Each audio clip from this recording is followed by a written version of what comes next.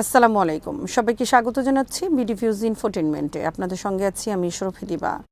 অনেক জল্পনা কল্পনার পর অবশেষে প্রকাশ্যে এসেছে যুক্তরাষ্ট্র ও ইরানের মধ্যে স্বাক্ষরিত সমঝোতা স্মারকের মূল শর্তাবলী। তবে শর্তগুলো সামনে আসার পর নতুন করে একটি বড় প্রশ্ন দেখা দিয়েছে, এই সমঝোতা কতদিন কার্যকর থাকবে। আরও গুরুত্বপূর্ণ প্রশ্ন হলো, মধ্যপ্রাচ্যের চলমান সংঘাতের অন্যতম প্রধান পক্ষ ইসরায়েল যখন এই সমঝোতা স্মারকের অংশ নয়, তখন বাস্তবে যুদ্ধ কিভাবে থামবে। কূটনৈতিক পর্যবেক্ষকদের মতে এই সমঝোতা মূলত ওয়াশিংটন ও তেহরানের মধ্যে সরাসরি সামরিক উত্তেজনা কমানোর একটি প্রচেষ্টা। কিন্তু গাজা, লেবানন এবং বৃহত্তর পশ্চিম এশিয়ার সংঘাতের বাস্তবতায় ইসরায়েলের অবস্থান অত্যন্ত গুরুত্বপূর্ণ। ফলে ইসরায়েল যদি নিজস্ব নিরাপত্তা নীতির অংশ হিসেবে সামরিক অভিযান অব্যাহত রাখে, তাহলে এই সমঝোতার কার্যকারিতা শুরু থেকেই কঠিন পরীক্ষার মুখে পড়তে পারে। আরও বিস্তারিত থাকছে ওয়াহিদ ফারুকীর প্রতিবেদনে।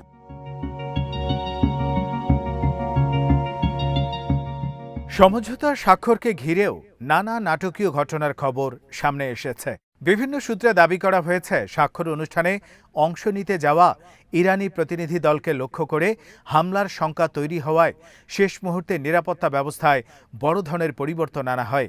এমনকি স্বাক্ষর অনুষ্ঠান ও দ্বিপাক্ষিক বৈঠকের স্থান পরিবর্তন করা হয়েছে বলেও বিভিন্ন গণমাধ্যমে দাবি করা হয়েছে। যদিও এসব তথ্য স্বাধীনভাবে আন্তর্জাতিক পর্যায়ে পুরোপুরি যাচাই করা সম্ভব হয়নি, তবুও ঘটনাগুলোকে কেন্দ্র করে নিরাপত্তা উদ্বেগ যে তীব্র ছিল সে বিষয়ে বিভিন্ন মহলে আলোচনা অব্যাহত রয়েছে।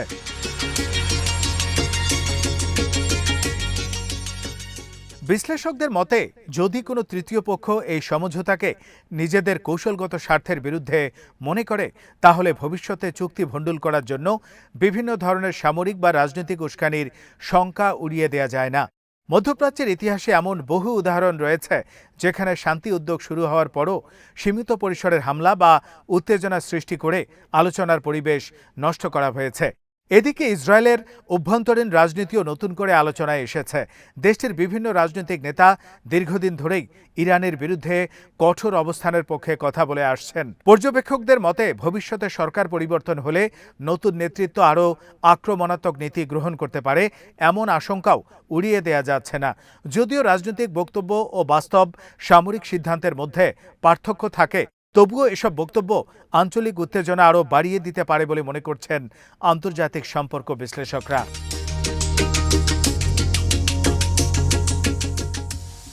অন্যদিকে যুক্তরাষ্ট্র স্পষ্টভাবে এমন একটি অবস্থানে রয়েছে যেখানে তারা একদিকে ইসরায়েলের নিরাপত্তা নিশ্চিত করতে চায়, অন্যদিকে মধ্যপ্রাচ্যে নতুন করে দীর্ঘমেয়াদী যুদ্ধে জড়িয়ে পড়তেও আগ্রহী নয়। সাম্প্রতিক বছরগুলোতে মার্কিন অর্থনীতি, প্রতিরক্ষা ব্যয় এবং বৈশ্বিক প্রতিযোগিতার বাস্তবতা ওয়াশিংটনকে আরও সতর্ক নীতি গ্রহণে বাধ্য করেছে বলে মনে করা হচ্ছে।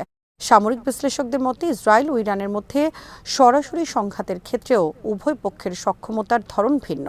ইসরায়েলের বিমান বাহিনী প্রযুক্তিগতভাবে অত্যন্ত উন্নত হলেও দূরপাল্লার অভিযানে তাদের আকাশে জ্বালানি সরবরাহ, গোয়েন্দা সহায়তা এবং আঞ্চলিক আকাশসীমা ব্যবহারের মতো বিষয় অত্যন্ত গুরুত্বপূর্ণ। অন্যদিকে ইরান বহু বছর ধরে নিজস্ব ক্ষেপণাস্ত্র ও ড্রোন কর্মসূচিতে বিনিয়োগ করেছে এবং দেশীয় উৎপাদন সক্ষমতা বাড়িয়েছে। ফলে দুই দেশের সামরিক কৌশল সম্পূর্ণ ভিন্ন ধরনের।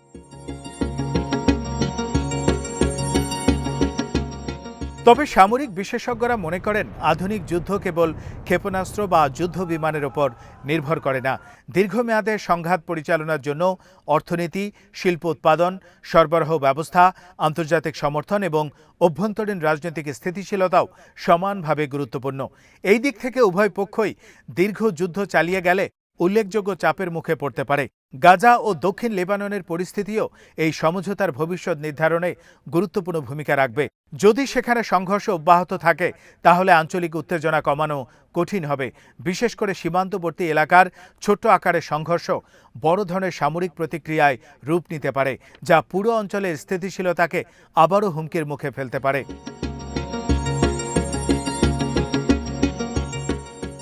এদিকে ইরানের জন্য অর্থনৈতিক পুনরুদ্ধার এখন অন্যতম বড় অগ্রাধিকার বিষয় হিসেবে দেখা হচ্ছে।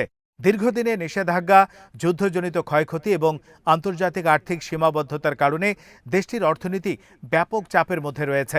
বিশ্লেষকদের মতে, যদি আন্তর্জাতিক নিষেধাজ্ঞা ধীরে ধীরে শিথিল হয় এবং তেল রপ্তানি স্বাভাবিক পর্যায়ে ফিরে আসে, তাহলে ইরান পুনর্গঠনের জন্য উল্লেখযোগ্য আর্থিক সুবিধা পেতে পারে। এছাড়া চীন, মধ্য এশিয়া, রাশিয়া এবং আঞ্চলিক প্রতিবেশীদের সঙ্গে বাণিজ্য ও অবকাঠামোগত সহযোগিতা বৃদ্ধির দিকেও তেহরান গুরুত্ব দিতে পারে বলে ধারণা করা হচ্ছে। পশ্চিম এশিয়াকে ইউরোপ ও এশিয়ার মধ্যে সংযোগস্থলে পরিণত করার যে পরিকল্পনা বিভিন্ন দেশ গ্রহণ করেছে, সেখানে ইরান গুরুত্বপূর্ণ ভূমিকা রাখার চেষ্টা করবে বলেও কূটনৈতিক মহলে আলোচনা রয়েছে।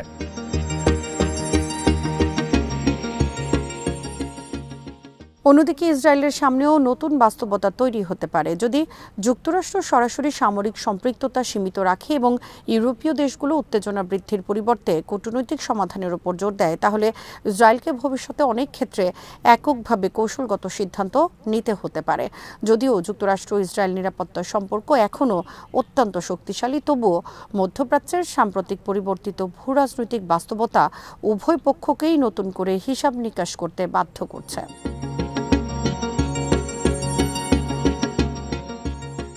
বিশ্লেষকদের মতে এই সমঝোতার সবচেয়ে বড় তাৎপর্য যুদ্ধের অবসান নয়, বরং সংঘাতের ধরন পরিবর্তনের সম্ভাবনা।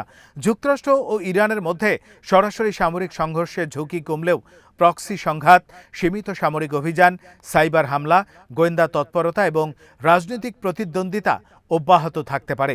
মধ্যপ্রাচ্যের বর্তমান বাস্তবতায় কোনো একক চুক্তি পুরো অঞ্চলে স্থায়ী শান্তি নিশ্চিত করতে পারবে এমন প্রত্যাশা বাস্তবসম্মত নয় বলে মনে করছেন আন্তর্জাতিক বিশ্লেষকরা। বরং এই সমঝোতা একটি নতুন কূটনৈতিক অধ্যায়ের সূচনা করতে পারে, যেখানে সামরিক শক্তির পাশাপাশি অর্থনীতি, জ্বালানি, বাণিজ্য এবং আঞ্চলিক জোট আরও বেশি গুরুত্বপূর্ণ হয়ে উঠবে।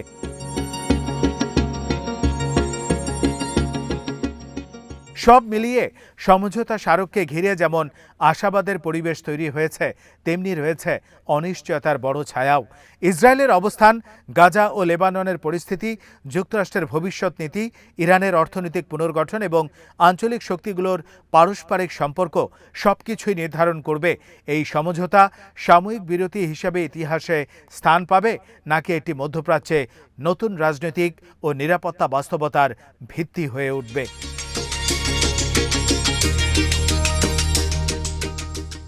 আজ এখানেই শেষ করছি। সমরাস্ত্র, প্রতিরক্ষা ও কূটনীতির নানা তথ্য জানতে চোখ রাখুন বিডি নিউজ ইনফোটেইনমেন্টে। চ্যানেলটি ভালো লাগলে সাবস্ক্রাইব করুন। আল্লাহ হাফেজ।